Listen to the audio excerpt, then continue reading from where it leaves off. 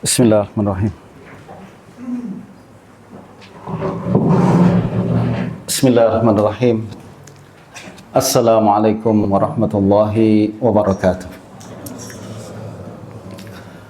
Alhamdulillah rabbil alamin. Wassalatu wassalamu ala sayyidina maulana Muhammadin wa ala alihi wa sahbihi ajma'in. Rabbin fa'na bima 'allamtana wa 'allimna ma yanfa'una warzuqna 'ilman yuqarribuna ilaika rabbal alamin. Allahumma faqihna fid din wa 'allimna ta'wil waftah 'alaina futuhal 'arifin bika ya rabbal alamin. Wala haula wala quwwata illa billahil 'aliyyil 'azim. Allahumma inni a'udzubika an adilla aw udalla aw azilla aw uzalla aw azlima aw uzlama aw ajhala aw yujhala alayya. Pengurusi majelis yang dirahmati oleh Allah Subhanahu wa taala, rekan-rekan pelajar, para asatizah, tuan-tuan dan puan-puan yang dirahmati oleh Allah Subhanahu wa taala. Alhamdulillah, ini adalah satu kegembiraan bagi saya untuk boleh bersama dengan rekan-rekan sekalian pada hari ini dalam sebuah majlis ilmu yang mudah-mudahan boleh meningkatkan keilmuan kita khususnya berkenaan dengan ilmu hadis, dan juga semakin memberikan kita keteguhan untuk berpegang dengan pegangan ahlul hadis dan ahlus sunnah wal jamaah. Ribuan terima kasih kepada pihak penganjur dari rekan-rekan di Majlis Ta'lim An-Nur, dan ribuan terima kasih juga kepada pihak masjid di UIA yang sudi memberikan peluang dan ruang bagi saya untuk sama-sama bersama dengan rekan-rekan pelajar dan rekan-rekan penuntut ilmu yang ada di UIA secara khususnya dan di Kuala Lumpur secara amnya. Dan ini adalah kunjungan saya yang kedua atau ketiga saya datang ke UIA sebenarnya. Walaupun dah duduk di Kuala Lumpur dalam kira-kira 5 tahun, akan tapi peluang saya untuk datang ke UIA hanya beberapa kali saja. Dan saya ingat dulu saya pernah datang ke UIA untuk satu program yang dianjurkan oleh pelajar, yaitu pada 10 tahun yang lepas. Dan saya membaca kitab Usul Jarh wa Ta'dil yang ditulis oleh Dr. Nurdin Itar, tapi tak sempat khatam. Saya ingat ada beberapa pelajar-pelajar pada masa itu yang minta saya untuk membacakan kitab tersebut, dan saya tengok lagi rakaman di YouTube, nampak macam saya masih muda sangat, masih kurus lagi, dan rambut masih hitam lagi. Sekarang ni saya tengok semula berat badan sudah bertambah, kemudian rambut pun sudah banyak yang putih, dan akan tapi alhamdulillah Allah masih bagi peluang hingga hari ini dan kekuatan untuk istiqamah dalam membincangkan ilmu. Saya tak berani mengatakan menyebarkan ilmu, tapi membincangkan ilmu kepada rakan-rakan penuntut ilmu yang mudah-mudahan boleh sedikit sebanyak memberikan manfaat, insya-Allah ya, sekiranya ada manfaat daripada majlis yang kita hadiri pada hari ini. Oke, rekan-rekan sekalian rahmati Allah Subhanahu wa taala, pada hari ini kita akan berbincang berkenaan dengan kitab I'tiqad A'immatil Hadis lil Imam Al-Hafiz Abu Bakar Ahmad bin Ibrahim bin Ismail Al-Ismaili. Walaupun nama dia Al-Ismaili, dia bukan berakidah Syiah Ismailiyah. Ada orang ingat Ismaili dia adalah akidah Ismailiyah. Akan tapi dia adalah seorang pakar hadis, juga pakar fiqh mazhab Syafi'i yang ada di Jurjan, dan meninggalkan pengaruh yang sangat besar dalam ilmu hadis. Dan pada masa yang sama juga kita akan menyentuh sedikit berkenaan dengan buku saya Imam Al-Asy'ari dan Ahli Hadis, masih fresh from the oven. Dan buku ini tuan-tuan cukup tebal, dan hasil bacaan saya kira-kira dalam 2 atau 3 tahun ya. Lama sebenarnya saya nak keluarkan buku ni, tapi banyak perkara yang perlu saya adjust. Saya baca semula, saya pastikan semula agar persembahan saya lebih maksimal lah dalam penulisan buku ni. Nah, berkenaan dengan Al-Hafiz Ismaili, dalam perbincangan kita pada hari ini mungkin sangat-sangat terhad ya. Kalau kita nak ulas satu persatu, mungkin kita akan memerlukan masa yang cukup panjang, tapi fokus saya pada hari ini adalah kita baca, lalu saya akan syarahkan sedikit kandungan kitab ni, dan berikutnya mudah-mudahan kita boleh hatamkan. Fokus saya pada hari ini adalah saya nak kita sama-sama pada hari ini, terutama para pelajar ya. Saya nak kepada para pelajar untuk kita mengaplikasi bagaimana cara membaca kitab turas dan bagaimana kita memahami sebuah turas yang ditinggalkan oleh para ulama kita. Sebab membaca kitab turas bukan sekedar memerlukan kita bahasa Arab yang cukup, nahwu yang betul saja, akan tapi bagaimana kita faham kehendak penulis dengan mengaplikasi beberapa pendekatan yang mana mudah-mudahan pendekatan tersebut boleh membuat kita dapat mendekati hakikat sebenar daripada kehendak yang dikehendaki oleh penulis. Dan tuan-tuan puan-puan sekalian, saya akan melakukan pendekatan itu dengan membandingkan teks Al-Ismaili dengan teks para ulama lain yang juga pernah menulis tema yang sama seperti mana yang ditulis oleh Ismaili. Jadi kita ada kaedah analisis teks tu kan. Kalau kita belajar kitab membaca kitab turas ni, dia ada teknologi, ada tekniknya sendiri. Kita bukan setakat baca lalu kita ada dalam kitab macam tu. Dia kata macam tu. Tak, sebenarnya ada analisis, ada kaedah tertentu yang perlu kita amalkan untuk kita boleh faham maksud yang dikehendaki oleh penulis tersebut. Kita mulakan dengan sedikit pengenalan tentang kehidupan Syekh Abu Bakar Al-Ismaili. Saya dah try, waktu itu saya letak dalam Facebook, bahawa saya tanya ke Syekh Al-Gemini, ya kan, berkenaan dengan Al-Ismaili ini dan kaitan dia dengan Abul Hasan Al-Asy'ari. Gemini punya jawapan, dia kata bahawa Ismaili tak ada beza dengan akidah Al-Asy'ari. Saya try lagi Copilot, dia kasih jawapan yang berbeza. Sebenarnya saya try banyak dan saya yakin ikhtilaf Imam AI ini adalah rahmah. Jadi saya try beberapa pendekatan dan ada jawapan-jawapan yang berbeza. Bukan maksud saya adalah kita rujuk kepada AI ini. AI ini bagi saya hanya memberi kita pintu saja, membuka pintu saja untuk setiap kajian yang ingin kita lakukan. Nah, akan tetapi apa yang saya faham adalah apabila kita tanya AI, dia akan kembali kepada big data, kemudian data tersebut dia akan rumuskan dari big data tersebut apa yang kajian-kajian lepas pernah dilakukan sebelum ni untuk memberikan jawapan yang menurut dia munasabah dalam persoalan yang kita bagi. Nah, jawapan yang kedua adalah saya dapati ada perbezaan antara Imam Abul Hasan Al-Asy'ari dengan Abu Bakar Al-Ismaili. Dari aspek latar belakang mazhab dia, dikatakan Abul Hasan Al-Asy'ari adalah aliran Ahlul Kalam, kemudian Abu Bakar Ismaili aliran Ahlul Hadis atau Salafi. Pendekatan Abul Hasan Al-Asy'ari menggunakan rational moderate, menerima takwil bila perlu, tapi Al-Ismaili literal dan tekstual, menolak takwil. Kita akan tengok nanti tuan-tuan dalam bacaan kita, betul tak jawapan yang dibawa oleh Syekh Copilot ni, ya tak? Kemudian Al-Quran, pendekatan Abul Hasan Al-Asy'ari kembali kepada Al-Quran, Sunnah dan rasionalisasi kalam, sedangkan Ismaili Al-Quran dan Sunnah secara zahir. Kita akan tes betul tak dia seperti itu, ya tak? Jadi kita walaupun percaya kepada Copilot, janganlah kita taklid buta tuan-tuan ya. Kita ambil semua apa yang dia kata. Tak, kita akan coba untuk tes sama ada, dan kita akan buktikan sama ada betul atau tak. Lalu Abul Hasan Asy'ari menggunakan ilmu kalam untuk membela sunnah, sedangkan Abu Bakar Ismaili menolak keras katanya ilmu kalam. Ini adalah jawapan ringkas. Tuan-tuan jangan percaya 100%, jangan reject 100%. Apa yang kita lihat pada hari ini adalah sama ada bacaan kita membuktikan ketepatan jawapan ini ataupun tidak. Kita mulakan dengan konteks geografi di mana tempat Al-Ismaili terlebih dahulu. Tuan-tuan, Abu Bakar al-Ismaili dia berasal daripada Jurjan.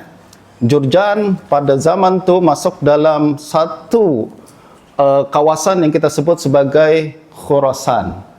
Khurasan atau Transoxania. Dan itu adalah satu kawasan yang sangat luas yang pada hari ini terbagi kepada beberapa negara. Antaranya Afghanistan, Iran, Turkmenistan, Tajikistan, dan Uzbekistan. Ini adalah satu kawasan yang dulu satu saja kita sebut, Khurasan. Saya ingat dulu Syekh Badi' Laham, guru saya di Syria, mengatakan, kalau kita nak tengok dan ingin tahu apa yang telah dilakukan oleh kolonialisme kepada negara kita, tengok kitab Mu'jamul Buldan, dia kata. Mu'jamul Buldan adalah sejarah dia menceritakan pada kita negeri-negeri pada zaman dahulu kan. Macam mana dulu masih satu tempat, saat hari ini dah jadi beberapa negara.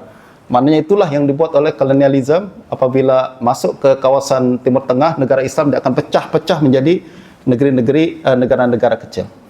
Nah, poin kita, Jurjan masuk dalam kawasan Khurasan dan Al-Ismaili tinggal di kawasan tersebut. Dan dari segi demografi Khurasan ni, tuan-tuan, saya cadangkan tengok kitab Ahsanut Taqasim fi Ma'rifatil Aqalim oleh karangan Al-Maqdisi. Saya suka sangat buku geografi ni. Sebenarnya buku geografi sangat banyak. Ya tak? Sangat banyak buku-buku geografi Islam yang pernah dihasilkan para ulama. Tapi kelebihan Al-Maqdisi, kitab Ahsanut Taqasim, dia bukan cuma ceritakan negeri-negeri dan nama-nama negeri tersebut. Kadang dia cerita juga berkenaan dengan penduduk negeri. Penduduk negeri ini apa pekerjaan dia, iklim dia macam mana dan lain sebagainya. Termasuk dia kadang menceritakan mazhab yang diikuti dan aliran yang diikuti oleh setiap negeri tersebut. Tak semualah, tapi sering dia akan sebutkan. Dan Al-Maqdisi, tuan-tuan, dia hidup dalam abad ke-4 Hijrah. Dia masih maknanya dalam kehidupan hampir sama dengan Syekh Abul Hasan Al-Asy'ari dan hampir sama dengan Ismaili. Ismaili meninggal 371 kan, Al-Asy'ari 324, dan Al-Maqdisi hidup dalam zaman tu 375. Beza berapa tahun dengan Ismaili? 4 tahun saja. Maknanya apa yang dia ceritakan berkenaan dengan demografi para ulama pada zaman tersebut reflect apa yang dihadapi oleh Ismaili. Betul tak? Nah, beliau mengatakan, saya rumuskan di sini, bahawa pengikut Najariyah ramai tersebar di Jurjan. Najariyah adalah satu aliran dalam mazhab Mu'tazilah. Maknanya mereka ramai di Jurjan. Jangan ingat Jurjan hegemoni dia di satu aliran saja, Ahlus Sunnah saja, tak. Bahkan saya dapati, tuan-tuan, apabila berbincang berkenaan dengan Imam Baihaqi, pada zaman Imam Baihaqi, jangan ingat Baihaq adalah negeri Ahlus Sunnah. Majoriti Rafidhah pada zaman tu. So kita boleh faham apabila ulama bincang aliran macam ni, sebab mereka hadapi secara live pada zaman mereka kan. Nah, pengikut Najariyah ramai tersebar di Jurjan. Najariyah adalah aliran Mu'tazilah. Aliran Karramiyah memiliki banyak pusat pendidikan di Jurjan, Biyar dan pegunungan Tabaristan. Karramiyah, tuan-tuan tahu kan? Aliran yang sebenarnya sebuah aliran sufistik. Dia bermula daripada aliran sufi, lalu bincang berkenaan dengan akidah mengarut, bincang berkenaan dengan hukum hakam pun mengarut. Sebab dia asalnya adalah aliran sufi yang bukan pengkhususan dia akidah dan bukan pengkhususan dia fik, akan tapi pengaruh dia sangat besar, dia sangat populis pada zaman tu.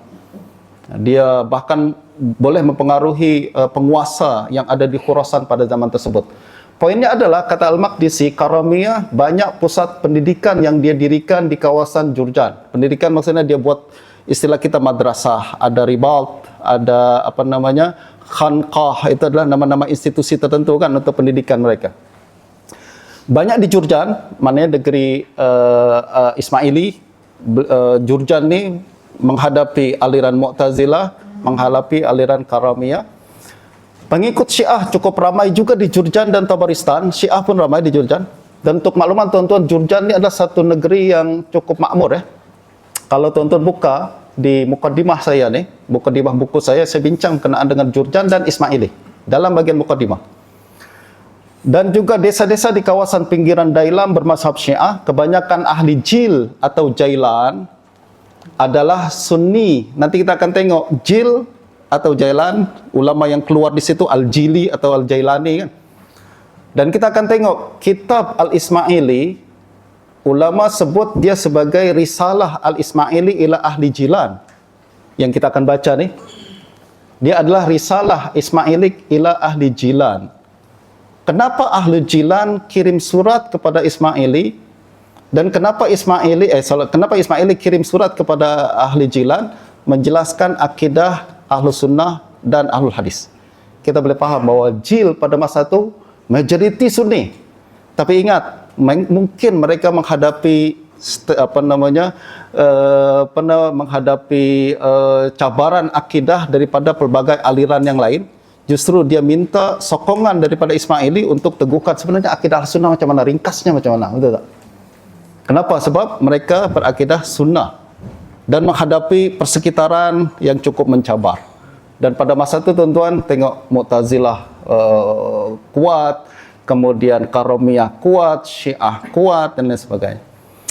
Ahli Nisabur sebagai kaedah atau ibu kota yang paling penting di Khurasan sendiri, dia adalah satu kota metropolitan pada zaman itu dan juga pusat pemerintahan dan ekonomi terbesar di Khurasan pada zaman itu. Kebanyakannya Sunni. Kalau tuan-tuan baca buku saya juga, saya sebutkan di sini bahawa apabila mazhab Asy'ari berkembang, walaupun Imam Asy'ari tinggal di Irak dan meninggal di Irak, terutamanya di Basrah, di Baghdad, tapi mazhab Asy'ari sebenarnya kurang berkembang di Irak pada masa-masa awal. Sebab hegemoni mazhab Hanbali di Irak pada zaman itu. Di mana berkembang mazhab Asy'ari? Di Khurasan. Di mana khususnya ke Nisabur. Tuan-tuan bacalah buku saya nih, tuan-tuan. Saja iklan sekali ya. Jadi di dalam bab ketiga saya bincang berkenaan dengan penyebaran pemikiran mazhab Asy'ari ke Khurasan macam mana dan berapa ramai murid-murid Asy'ari yang tinggal di Khurasan, dan kemudian Khurasan terutama di Nisabur, dan kemudian mereka menjadi generasi pertama Asy'ari di negeri tersebut. Antaranya Abu Sahal As-Su'luki, kemudian nanti murid-murid beliau seperti Abu Muhammad Al-Juwaini, lalu ada juga As-Sabuni. Tuan-tuan kalau tak percaya tak apa, tapi baca di sini Sabuni. Kemudian ada juga Al-Hakim An-Naisaburi, sampai murid dia Baihaqi, terus Imamul Haramain, Ghazali dan sebagainya. Tuan-tuan tengok di sini. Dan pada zaman tu Nisabur kebanyakannya memang Sunni Syafi'i. Imam Ibn Salah mengatakan istilah Ahlul Hadis apabila di Khurasan maksudnya adalah pengikut mazhab Syafi'i. Menunjukkan bahawa mazhab hadis dan Syafi'i telah blend pada zaman tersebut di Khurasan. Ini penting tuan-tuan ya. That's why saya bagi kepada tuan-tuan bagaimana cara kita membaca teks, bukan sekedar ambil kita baca dengan bermodalkan bahasa Arab tuan-tuan tu. Kadang bahasa Arab terhad pula kan. Tapi tak boleh.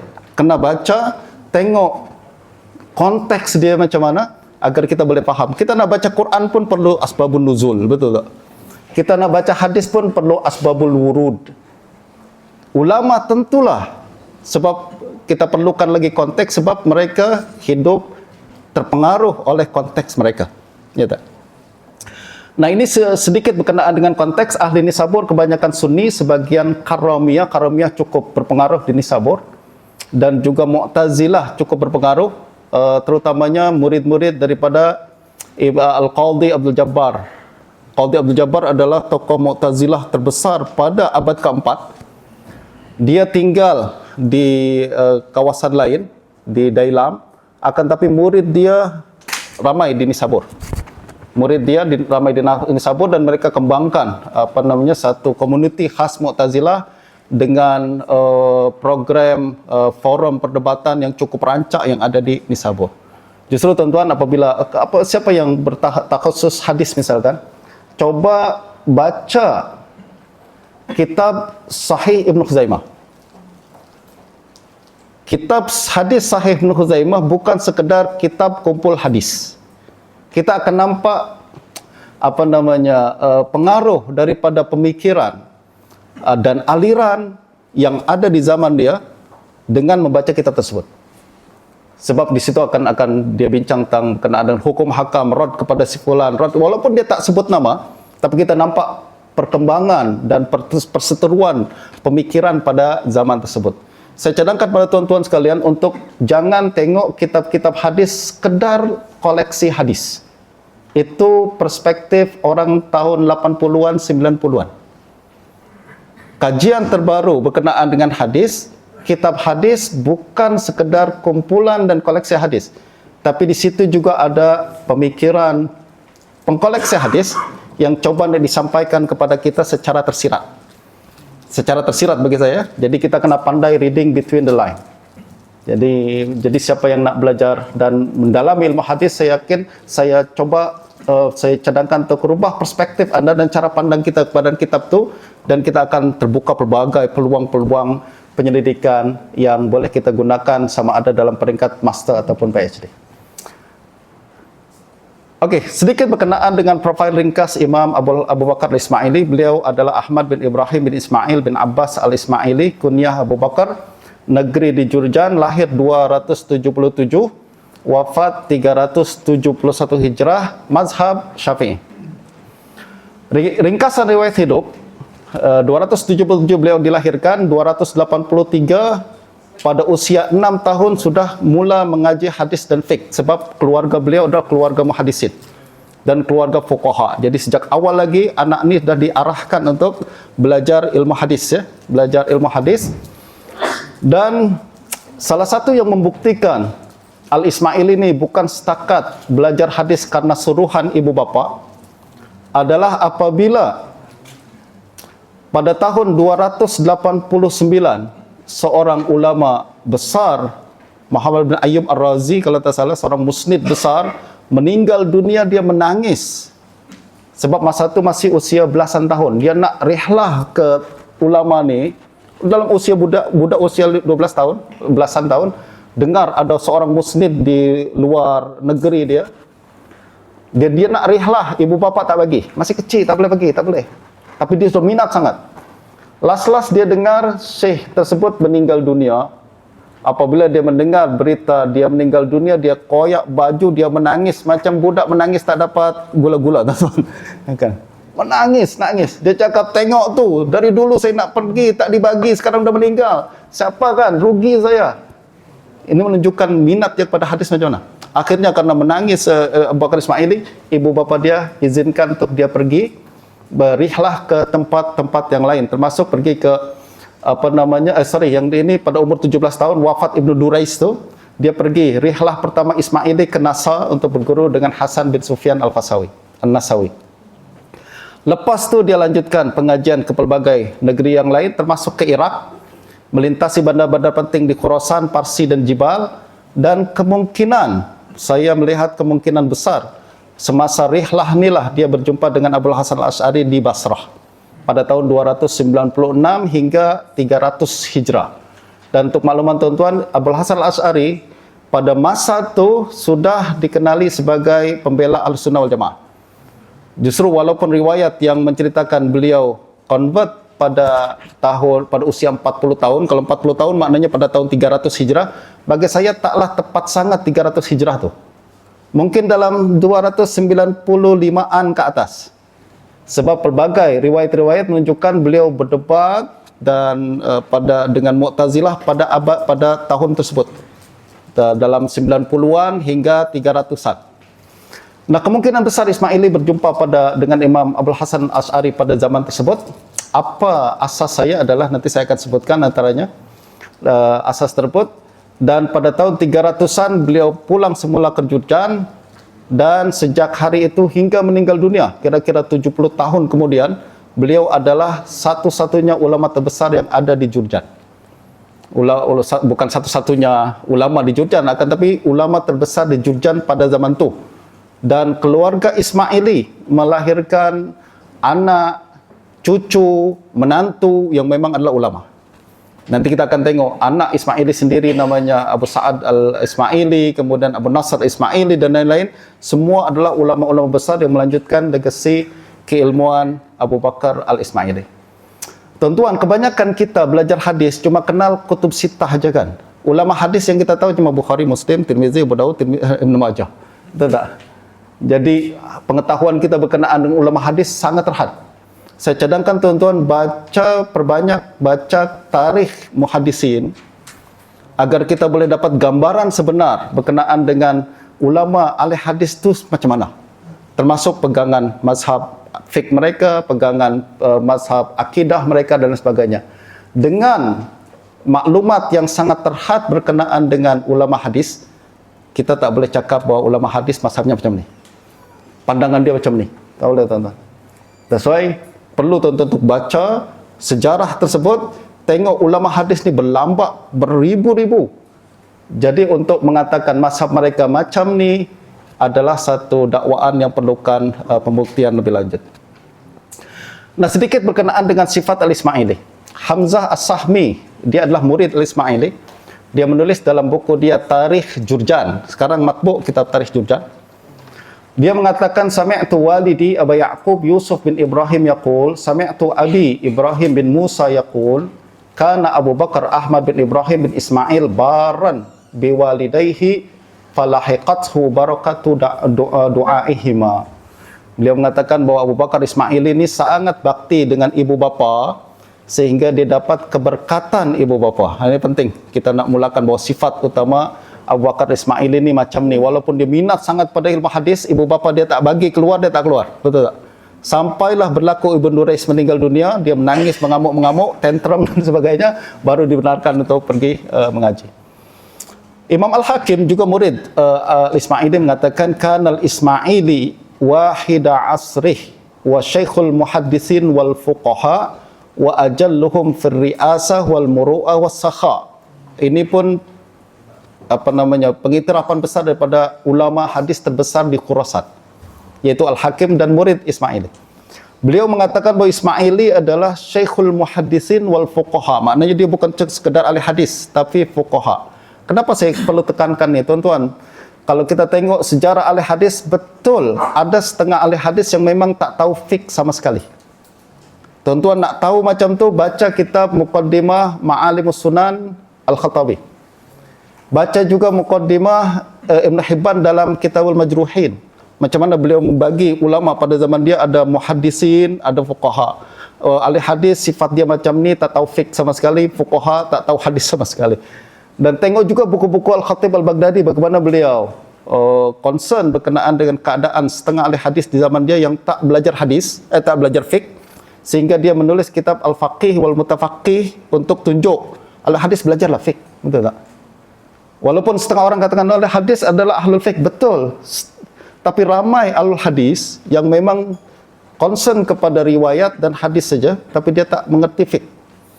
Pada masa yang sama mereka pegang jawatan tinggi dalam masyarakat, orang tanya tentang fatwa, lalu keluarlah fatwa-fatwa yang bukan-bukan. Dan yang lebih hebat lagi, dia tak tahu fiqh, tak tahu usul, tak tahu ilmu kalam, tak tahu ilmu akidah, tanya tentang akidah, akhirnya keluar pandangan-pandangan yang menyimpang daripada pegangan Ahlussunnah wal Jamaah. Ada, tuan-tuan. Justru baca kitab-kitab yang sering mengulas keadaan ahli hadis pada zaman tersebut, antaranya Al-Khattabi. Khattabi dia sering ulas berkenaan dengan perkara ni. Dan Khattabi, tuan-tuan, juga ulama hadis ya.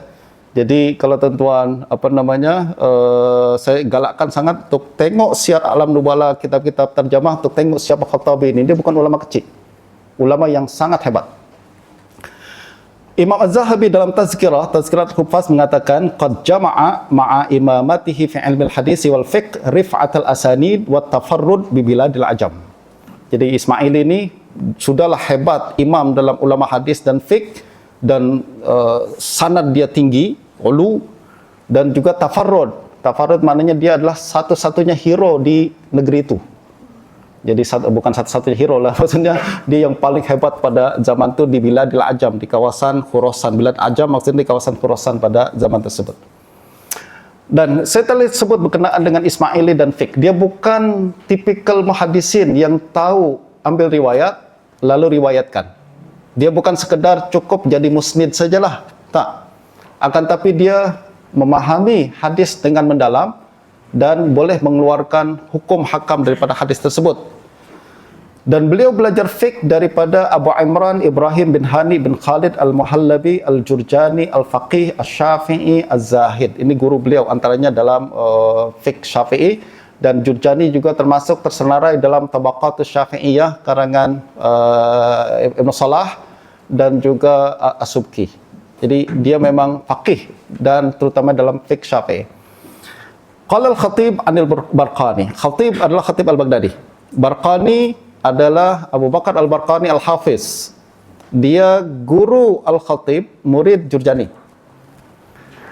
Al-Barqani bercerita, kana Abu Bakar Al-Ismaili yaqra'u likulli wahidin mimman yahduruhu waraqatan bilafzihi summa yuqra'u alaih.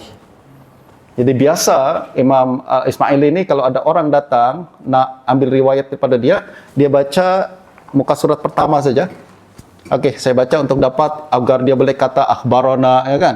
Kalau belajar hadis ada perbezaan antara murid baca kepada guru, guru baca pada murid, kan? Guru baca kepada murid itu lebih tinggi daripada murid baca kepada guru. So, biasanya kalau pelajar datang nak ambil riwayat daripada Ismaili, Ismaili akan baca satu muka surat saja. Satu muka surat, selepas tu orang lain baca, awak dengar. Maknanya agar dia dapat riwayat tinggi satu lembar, yang lain sama dengan bacaan orang lain. Tapi Al-Barqani apabila datang dia ke Ismaili, Ismaili baca untuk Barqani dua muka surat pertama. Yang lain cuma satu muka surat, tapi Barqani dibacakan dua muka surat oleh Ismaili. Kenapa? Wa kana yaqra'u li waraqatain. Dia bacakan saya dua muka surat. Wa yaqulu lil hadirin innama ufaddiluhu alaikum li'annahu faqih. Saya bagi privilege ni kepada Al-Barqani. Kenapa? Sebab dia tak macam awak semua ahli hadis. Dia faqih muhaddis. Jadi ini menunjukkan Barqani Ismaili dia berikan kelebihan kepada orang belajar hadis dengan fiqh, ya. Orang yang belajar hadis dengan fiqh. Hari ini saya ingat dulu waktu mengaji dengan Syekh Riyad Khiraqi pun macam tu. Saya mengaji pelbagai kitab mustalah.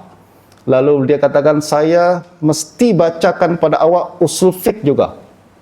Justru saya baca kitab Luma' dengan Qawaid Ibn Abi Salam, dan dia juga saya akan baca pada awak kitab ilmu kalam juga. Dan saya kita baca kitab Al-Iqtisad wal I'tiqad Imam Ghazali. Dan saya rasa sangat-sangat bersyukur sebab pengetahuan kita dengan kepelbagaian disiplin ni membuat kita lebih moderat, ya tak? Kita tak sangat hadis sangat sampai tak tahu fiqh sama sekali, tak tahu ilmu kalam sama sekali. Dan inilah yang sebenarnya dikehendaki oleh Al-Ismaili. Kita bukan setakat belajar hadis, akan tapi pelbagai ilmu yang lain kena dikuasai, terutama fiqh. Dan ini yang kemudian dibawa oleh Al-Barqani balik ke Baghdad. Khatib Baghdadi pun macam tu juga. Justru khatib bukan setakat dia hafiz, bahkan khatimatul huffaz, tapi faqih Syafi'i juga. Kalau tuan-tuan baca kitab dia Al-Faqih wal Mutafaqih, dia banyak menukil dari kitab Luma' Abu Ishaq Asy-Syirazi, yang menunjukkan bahawa beliau juga adalah bermazhab Asy-Syafi'i. Nah, peninggalan Ismaili, tuan-tuan, ada ramai banyak buku sebenarnya. Imam Ibn Katsir dalam Tabaqatus Syafi'iyyin mengatakan wasannafa as-sahih. Al-Ismaili dia menulis kitab sahih, tapi bukan kitab sahih pure sahih, ya, tapi mustakhraj ala sahih al-Bukhari dan mustakhraj ala sahih Muslim. Dan itulah yang disebut sebagai kitab sahih Al-Ismaili. Nanti kita akan bincang sikit dengan kitab sahih ni. Pada hari ini kitab ni dah mafqud. Saya pun tak jumpa, saya cari tak jumpa kitab tersebut, tapi nukilan kitab ni banyak dinukil oleh kitab-kitab syarah Sahih Bukhari, terutamanya Fathul Bari Ibn Hajar, juga Tawdih syarah Ibn Mulaqin untuk Sahih Bukhari. Jadi kitab tu kitab yang sangat penting. Cuma sayang hilang. Mudah-mudahan bukan hilang 100%, belum dijumpai saja. Satu hari kalau kita jumpai, kita akan nampak satu peninggalan turas yang sangat berharga ditinggalkan oleh Al-Ismaili. Wasannaf as-sahih wal mu'jam. Mu'jam ada. Kitab mu'jam. Mu'jam adalah himpunan nama-nama guru yang pernah dia jumpai dalam periwayatan hadis. kalau Syekh Dr. Profesor Jonathan Brown sebut Mu'jam atau Sabat ni macam CV pada hari ini. Jadi kalau kita CV nak apply kerja kan, kita akan tunjuk nama kita, mengaji di mana, gitu kan, penerbitan kita dan sebagainya. Mu'jam sebut kalau macam tu, guru saya sifulan dan sampai ratus, 600, 700 guru. Semakin besar, semakin banyak gurunya, semakin tebal CV dia. Ini diperlukan dalam scholarship seorang muhaddisin. Wa Musnad Umar bin Khattab fi mujalladat. Musnad Umar pun saya tak jumpa kitab ni, tapi sering dipuji oleh Imam Az-Zahabi dalam kitab tarikh. Ajada fihi wa afad. Kata Imam Ibn Katsir, kitab ni sangat nafis, sangat cantik, sangat bagus. Qala Ibnu Daqiq al-Aid fi syarah al-Ilmam bi ahadits al-ahkam, qultu amma kitabuhu 'ala al-Bukhari faqad ittasalat riwayatuhu ila zamanina min jihatil Barqani anhu. Kata Imam Taqiyuddin Ibnu Daqiq al-Aid, beliaulah imam mujtahid dalam fiqh, muhaddis, hafiz juga tuan-tuan. Terjemah beliau saya sebutkan dalam tabaqat ulama ahli hadis Asy'ari di dalam buku saya. Imam Ibn Daqiq al-Aid mengatakan buku Ismaili bertajuk Mustakhraj ala Sahih Bukhari bersambung hingga zaman dia. Maknanya di zaman dia ada kitab tu. Dan hingga zaman Ibnu Hajar ada kitab tu. Cuma sekarang kita tak jumpa lagi. Bukan kita, saya tak jumpa lagi. Mungkin maktub di mana-mana tempat ada. Wa amma kitab Muslim falam yasil ilaina. Tapi Mustakhraj ala Sahih Muslim Ismaili tak sampai ke kita. Bermakna pada zaman itu pun dah tak ada dah. Jadi peluang untuk kita jumpai pada hari ini very slim lah, ya kan? Walakin ra'aitu jam'ahu li ahadisi jama'ah Ayyub As-Sakhtiyani wa Mis'ar ibn Qidam wa Yahya ibn Sa'id al-Ansari wa Zaid ibn Abi Unaisah wa hiya kutubun mufidah tadullu ala tisa'in fi riwayati katsir. Jadi tapi kata Imam Ibn Daqiq al-Aid, saya jumpa beberapa buku-buku kecil yang menghimpun hadis-hadis ulama seperti Ayyub As-Sakhtiyani. Ini ditulis oleh kita sebut pada ilmu hadis sebagai ajza' hadisiyah kan. Juzuk hadisi maknanya adalah satu buku ditulis untuk menghimpun hadis seorang ulama. Nah ini dibuat oleh Ismaili. Dia tulis juzuk hadisi Ayyub As-Sakhtiyani, Mis'ar bin Qidam dan lain sebagainya. Apa kata Ibn Daqiq al-Aid? Wa hiya kutubun mufidah tadullu ala tisa' fi riwayati katsir. Menunjukkan riwayat yang beliau miliki sangat luas. Dia bukan ahli hadis calang-calang. Ini ahli hadis sangat besar. Tapi saya tanya tuan-tuan, berapa ramai yang sebelum ini dah kenal Ismaili? Ya kan? Pengetahuan kita, maklumat kita berkenaan dengan ilmu hadis sangat-sangat terhad. Dan mudah-mudahan dengan majlis yang macam ni kita makin diperkenalkan lagi ulama-ulama hadis yang sebelumnya tidak kita kenali. Qala Az-Zahabi fi tarikh wa ra'aitu lahu mujalladan fi musnadin kabirin ilal ghayah min hisabi mi'ati mujallad au aksar. Jadi saya pun jumpa buku Ismaili sampai ratusan jilid. Fa inna hadzal mujallad fihi ba'du musnad Umar yadullu ala imamatih. Jadi dalam musnad Umar pun dia sudah berjilid-jilid menunjukkan keimaman seorang Imam Ismaili. Musnad Umar ni tuan-tuan, kalau tengok di Musnad Ahmad pun berapa banyaklah hadis dia, sikit. Tapi Ismaili boleh hasilkan satu buku Musnad Umar berjilid-jilid, maknanya riwayat dia sangat banyak, betul tak? Dan lain sebagainya. Nah, sedikit berkenaan dengan Mustakhraj Sahih Bukhari Al-Ismaili. Mustakhraj tuan-tuan maknanya adalah satu kitab, ya kan, yang meriwayatkan semula hadis-hadis dalam Sahih Bukhari tapi dengan sanad yang berbeza. Itu kan mustakhraj kan? Dan Ismaili tulis mustakhraj. Dan hanya orang yang punya keilmuan riwayat yang besar saja boleh buat tulis mustakhraj ini. Hari ini kita ada mustakhraj Abu Nuaim, mustakhraj Sahih Muslim, ada mustakhraj Abu Awanah Sahih Muslim.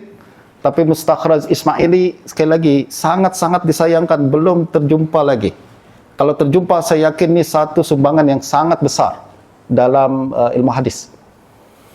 Dan mustakhraj ini maknanya dia membina satu kitab di atas kitab Bukhari.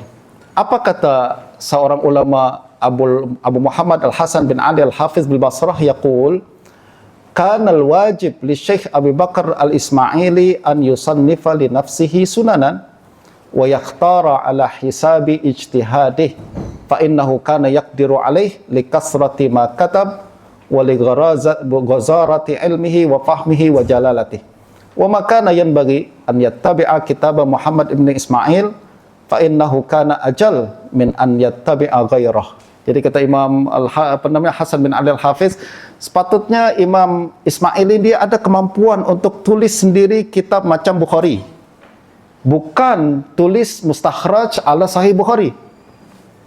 Maknanya dia iktiraf bahwa Ismail ini kalau dia nak tulis kitab Sahih macam Bukhari, dia mampu. Tapi dia tulis mustakhraj ala Sahih Bukhari. Sepatutnya jangan tulis macam tu. Dia punya kemampuan untuk tulis sendiri Sahih Bukhari. Apa kata Imam Az-Zahabi? Min jalalatil Ismaili annahu arafa qadra Sahihil Bukhari wa taqayyada bih. Jadi walaupun Imam Al-Hafiz ni kritik Ismaili, Imam Zahabi punya perspektif lain. Menurut Imam Zahabi, kenapa Ismaili menulis kitab mustakhraj malah menunjukkan keilmuan dia yang lebih tinggi, yaitu dia tahu kadar kehebatan Sahih Bukhari. Sebab tuan-tuan, semakin kita tinggi ilmu kita, semakin kita menghargai ulama. Tidak. Semakin ilmu kita sikit, semakin kita merendahkan ulama. Itu kalau kita tengok orang anggap siapa Bukhari itu, anggap dia tak mengaji dah, betul tak? Confirm dia bukan tak mengaji lah, tak tahu ilmu hadis sama sekali. Ada lagi mengatakan Syafi'i, siapalah Syafi'i? Confirm tak tahu ilmu fiqh. Semakin kita tinggi ilmu, semakin kita hargai keilmuan. Orang Melayu cakap apa? Tiada mengenal manikam apa? Oh, jari menikah. Susahlah bahasa Melayu ni. La ya'rifu fadla zawil fadl illa zawil fadl. Tentu tak? Tak ada yang tahu kelebihan orang hebat melainkan orang hebat juga. Justru semakin orang tinggi ilmunya dalam hadis, semakin dia menghargai Sahih Bukhari dan mengetahui kehebatan Bukhari, justru dia nak gali keilmuan yang ada di Bukhari. Bukan kita buat kitab sendiri, sahih sendiri, betul tak? Ini kitab Sahih Bukhari sendiri yang mengalahkan Sahih Bukhari. Dia tak tahu, who are you? Kau tak tahu diri macam tu, betul tak? Semakin dia tinggi, saya sangat galakkan bagi orang yang belajar hadis untuk rujuk terutamanya kitab Sahih Bukhari dan Muslim. Tuan-tuan, banyak ilmu yang ada dalam dua kitab ni sampai hari ini orang belum keluarkan lagi, karena keilmuan kita yang sangat terhad. Kita belum sampai belum sampai kepada satu darjat boleh cakap mengikut language Bukhari. Kalau kita boleh cakap ikut language Bukhari, kita akan tengok Bukhari ini memang satu kitab yang memang tak boleh lagi lah kitab tu boleh dihasilkan macam ni. Dan saya Imam Nawawi dalam Arba'in mengatakan wa huma as-sahul kutub fil Quran ba'da kitabillah, betul tak? Hanya orang yang faham ilmu hadis, tahu keilmuan Bukhari, menguasai ilmu hadis dan fiqh dengan mendalam, menghargai Sahih Bukhari dengan sepatutnya. Nah, justru kata Imam Ibn Zahabi, kenapa Ismaili menulis kitab mustakhraj berkhidmat untuk Sahih Bukhari bukan karena beliau tak punya ilmu berkenaan dengan ilmu hadis, tak cukup ilmu dalam ilmu hadis. Tak, semakin dia tinggi ilmunya, semakin dia menghargai Bukhari. Itu menunjukkan kehebatan Ismaili. Ini adalah sebagian daripada murid-murid Ismaili, tuan-tuan. Pertama, Imam Daruqutni, dia riwayatkan hadis dari Ismaili secara ijazah, dia tak jumpa. Dia cakap, saya dari dulu lagi berkali-kali nak pergi rihlah ke Ismaili, tak sempat. Pergi lagi tak sempat. Akhirnya meninggal dunia, tak sempat jumpa dengan Ismaili. Tapi dia ada ijazah daripada Ismaili. Lalu murid rapat Ismaili adalah Hamzah bin Yusuf As-Sahmi, tadi penulis kitab Tarikh Jurjan. Abu Abdullah Al-Hakim, tuan-tuan kenal, Mustadrak. Abu Hazim Al-Abdwi, juga Al-Hafiz yang ada di Nisabur, muhaddis, faqih, dan juga pengikut akidah Asy'ari. Saya tulis terjemah dia di sini dalam bab yang ketiga atau keempat. Alamak, udah lama saya lupa buku ni, kandungan dia. Jadi di satu bab yang ketiga,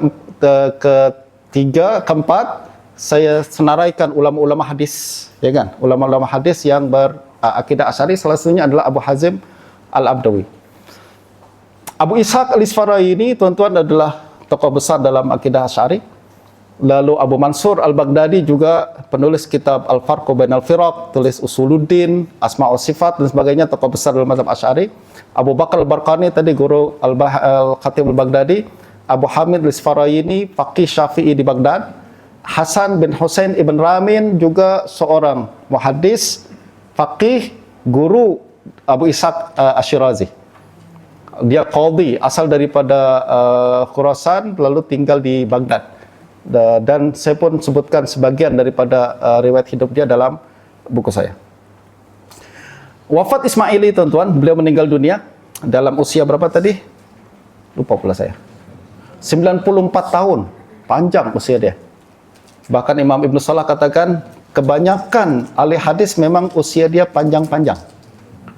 Mudah-mudahan Allah bagi usia kita panjang dalam iman dan ilmu, karena mendalami ilmu hadis ni.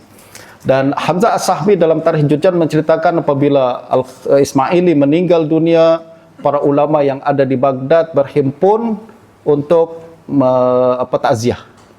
Antara yang berhimpun adalah Abul Hasan Ya'qub bin Musa Al-Ad-Dibili, Abul Husain Al-Halali At-Tabari, Abu Tayyib Al-Khawarizmi, Abul Fadl An-Nasawi, Abu Bakar Ad-Daqqaq, Abu Hamid Isfaraini yang tadi kita bincang, wa jamaah wa jalasu ma'al faqih Abul Qasim Ad-Dariki rahimahumullah fi masjidihi salasata ayyam atau khamsata ayyam. Jadi Abul Qasim Ad-Dariki adalah ulama mazhab Syafi'i terbesar di Baghdad. Jadi apabila mendengar Jurjani Ismaili meninggal dunia, mereka buat takziah selama 3 atau 4 hari, 5 hari di Baghdad. Menunjukkan bahwa kemasyhuran Ismaili itu bukan sekedar, kalau tengok nanti tuan-tuan dalam map ya, antara Jurjan dengan Baghdad bukan dekat, jauh ke ratus-ratus kilometer. Tapi apabila mereka mendengar kematiannya, mereka berhimpun untuk bertakziah. Wa kana wujuh ahli Baghdad minal fuqaha wal ashraf at-tujjar yahdurun wa ya'zun wa minal fuqaha miqdaru 300 min ahli sunnah minal ghuraba. 300 ulama pun hadir. Wa kadzalika jama'a masyayikh ahli sunnah ala mazhabi Ahmad, misal Abul Husain Ibn Sam'un wa Bil Hasan At-Tamimi wa min masyayikh al-muhadditsin Al-Qadhi Al-Jarrahi dan lain sebagainya. Tuan-tuan boleh baca sendiri dalam Tarikh Jurjan. Ada masa sikit, tuan-tuan. Kita rehat berapa? 10.30. Belum sempat lagi kita baca nih. Saya sedikit bincang berkenaan dengan Ismaili dan Al-Asy'ari. Saya katakan ada Imam Ibn Asakir menyebutkan Ismaili dalam tabaqah pertama Asy'ariyah. Dia masuk dalam tabaqah pertama Asy'ariyah, yaitu kalangan yang direct mengaji dengan Asy'ari atau mengambil manfaat daripada kitab-kitab Asy'ari. Itu adalah tabaqah pertama. Dan ada satu riwayat daripada Imam Ibn Asakir yang menunjukkan pujian Ismaili kepada Al-Asy'ari. Beliau mengatakan, akhbarana Syekh Abdul Muzaffar Ahmad bin Husain Al-Qaumasi biha, qala akhbarana jiddi li ummi Abul Fadl Muhammad bin Ali bin Ahmad As-Sahlaki. As-Sahlaki, tuan-tuan, dia seorang ulama Asy'ari yang pernah menulis kitab Manaqib Imam Asy'ari. Saya sebutkan dalam muqaddimah sini. Qala hakka al-faqih as-salih as-siqah Abu Umar wa ya'ni Muhammad bin Abdullah al-Adib ar-Razjahi qala sami'tu al-ustaz Imam Abu Sahal as-Su'luki ami Syekh al-Imam Abu Bakar al-Ismaili zakara wahidan wa syakku minni. Jadi ada satu riwayat, sama ada yang cakap ni Abu Sahal as-Su'luki atau yang cakap ni adalah Abu Bakar Ismaili, dua-dua imam besar pada zaman tu. Beliau mengatakan, a'adallahu ta'ala hadzal din ba'da ma zahaba, yakni aktsaruhu bi Ahmad ibn Hanbal wa Abil Hasan al-Asy'ari wa Abi Nu'aim al-Istarbazi. Jadi Allah mengembalikan semula ke agama ni selepas keruntuhan sebagian besarnya dengan 3 orang ni, yaitu Imam Ahmad ketika mihna, Abul Hasan al-Asy'ari selepas tu, dan Abu Nu'aim al-Istarbazi. Sekiranya ini sahih daripada Ismaili, maknanya pujian Ismaili kepada Asy'ari, sekaligus hubungan rapat beliau kepada Asy'ari secara direct atau menerusi kitab-kitab dia. Betul tak? Takkan dia puji Asy'ari macam tu aja. Berikutnya, tuan-tuan, tadi saya sebut berkenaan dengan mustakhraj Ismaili. yang tak kita jumpa tu, tapi kandungan dia banyak menukil pandangan Ismaili. Saya boleh bayangkan kitab Ismaili ni, dia bukan sekedar meriwayatkan hadis Sahih Bukhari dengan sanad semula, dengan sanad yang baru, tapi juga kadang mengulas kandungannya macam Ibn Hibban. Tuan-tuan baca kitab Sahih Ibn Hibban, dia akan sebutkan hadis dengan sanad penuh, lepas tu dia ulas sikit kan. Kadang makna dia macam ni dan lain sebagainya. Ibn Hibban dengan Ismaili satu zaman. That's why saya membayangkan kitab Ismaili macam kitab Ibn Hibban dalam format dia. Tapi betul tak betul kita tunggu kalau kitab tu dah ditemukan semula.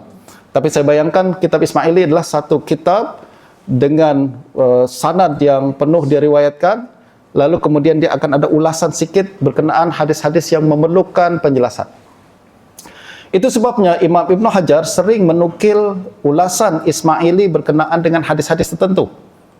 Salah satunya apabila dia meriwayatkan, Imam Bukhari meriwayatkan hadis tentang hari kiamat, Allah Subhanahu wa taala yadha'u ar-rabb tabaraka wa taala qadamahu 'alaiha. Allah meletakkan qadam ke neraka jahanam. Qadam ni kaki ke atau bukan, ya kan? Ini yang Imam Ibn Hajar sebutkan, qala al-Ismaili al-qadam qad yakunu isman lima qaddam. Jadi qadam ni bukan kaki, tapi dia adalah amalan yang telah diberikan oleh seseorang. Itu kan namanya qadam juga. Ya, itu makna poin kita adalah Imam Ismaili sering mentafsirkan hadis bukan secara literal, sekaligus meruntuhkan pandangan tadi Syekh co-pilot di awal-awal yang dia katanya, oh takwil dia larang, tengok dia buat macam ni. Betul tak? Yang berikutnya lagi tuan-tuan, ini pun saya jumpai dalam Fathul Bari Ibn Hajar. Apabila Imam Bukhari menyebutkan la yamallullahu hatta tamallu, Allah tak bosan sehingga kamu bosan. Ada setengah kalangan katakan kita isbat bosan sebagai sifat Allah. Adakah Ismaili berpandangan macam tu? Tengok Ibn Hajar nukil, qala al-Ismaili wa jamaah minal muhaqqiqin innama utliqa hadza ala jihatil muqabalatil lafziyah majazan. Maknanya beliau tak ambil secara literal, betul tak? Tapi beliau apply pendekatan balaghah bahwa ini sekedar muqabalah lafziyah, yaitu wa jazaa'u sayyi'atin, contoh firman Allah Ta'ala wa jazaa'u sayyi'atin sayyi'atun misluha. Balasan perbuatan buruk adalah perbuatan buruk yang sama dengannya. Adakah misalkan orang berdosa, Allah hukum dia, adakah hukuman Allah kita boleh kata buruk? Tak kan? Tapi ini muqabalah lafziyah, ini biasa digunakan dalam dalam bahasa Arab. So poinnya sekarang adalah beliau tak apply pendekatan literal, kadang pendekatan majaz, betul tak? Majaz. Itu pun satu bukti menunjukkan kurang akuratnya penjelasan Syekh Gemini. Bukan Gemini tadi siapa? Syekh co-pilot, ya. Bukhari mengatakan juga dalam hadis yang lain berkenaan dengan yakshifu rabbuna an saqihi fayasjudu lahu kullu mu'min wa mu'minah. Nanti hari kiamat Allah menyingkap betisnya, sak tu betis, betul tak? Lalu mukmin dan mukminah akan sujud apabila perkara tersebut berlaku. Imam Ismaili kritik perkara ni.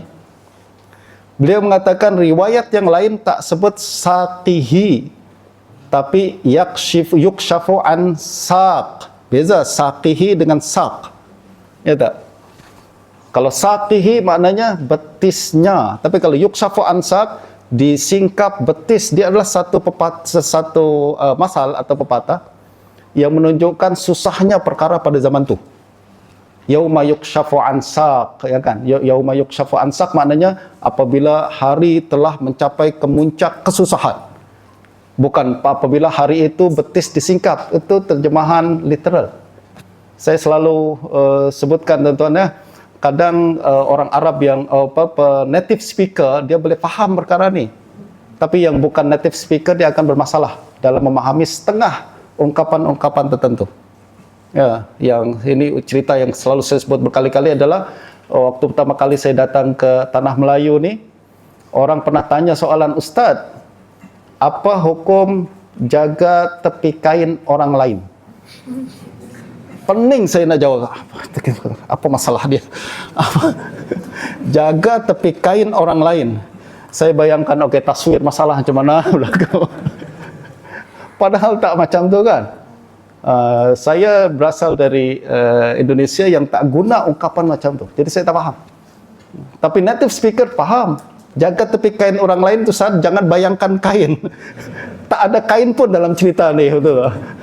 Ini maksudnya adalah nak sibuk dengan urusan orang lain, betul tak? Ya, native speaker faham. Tapi kita yang bukan native speaker tak faham. Walaupun saya anggap diri saya faham bahasa Melayu. Padahal itu adalah satu bahasa Melayu yang tingkat tinggi lagi, betul tak? Nah, begitu juga dalam bahasa Arab.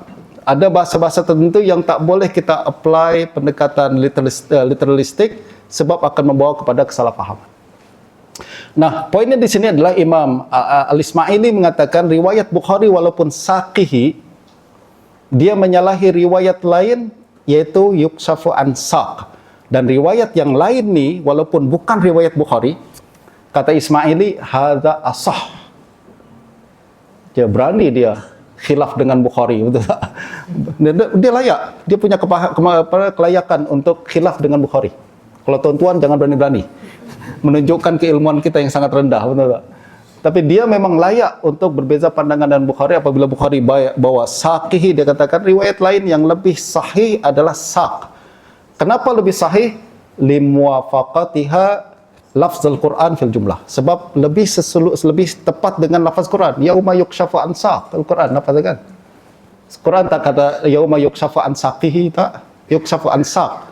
Riwayat ni lebih sesuai dengan lafaz Quran, justru lebih sahih. La yuzannu, dan dia ada ulasan lagi. La yuzannu annallaha dzu a'dha wa jawarih lima fi dzalika min musyabahatil makhluqin. Dan beliau katakan jangan ada sangkaan bahwa Tuhan punya anggota tubuh. Maknanya dia ambil pendekatan literal ke tuan-tuan? Jangan. Dan ini juga yang akan kita jumpa dalam penegasan Imam Ismaili dalam kitab I'tiqad ni. Dia akan sebutkan Allah Subhanahu wa taala tidak boleh ditetapkan memiliki anggota tubuh dan lain sebagainya. Okey, itu dia tuan-tuan sedikit berkenaan dengan muqaddimah Ismaili. Saya perlu ambil masa cukup panjang sebab saya rasa perlu bagi kita sebagai pelajar terutamanya dan asatizah secara amnya untuk mengaplikasi pendekatan yang tepat semasa kita membaca kitab turas, ya.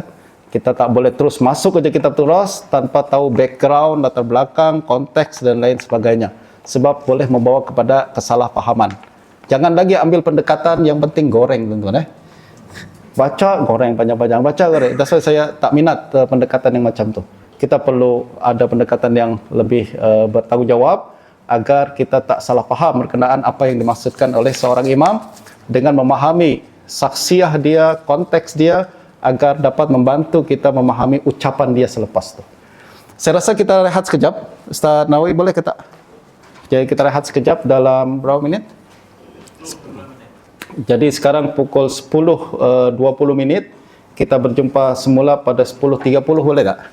Untuk siapa yang nak toilet break atau nak minum pagi sedikit, dan kita akan lanjutkan semula selepas itu.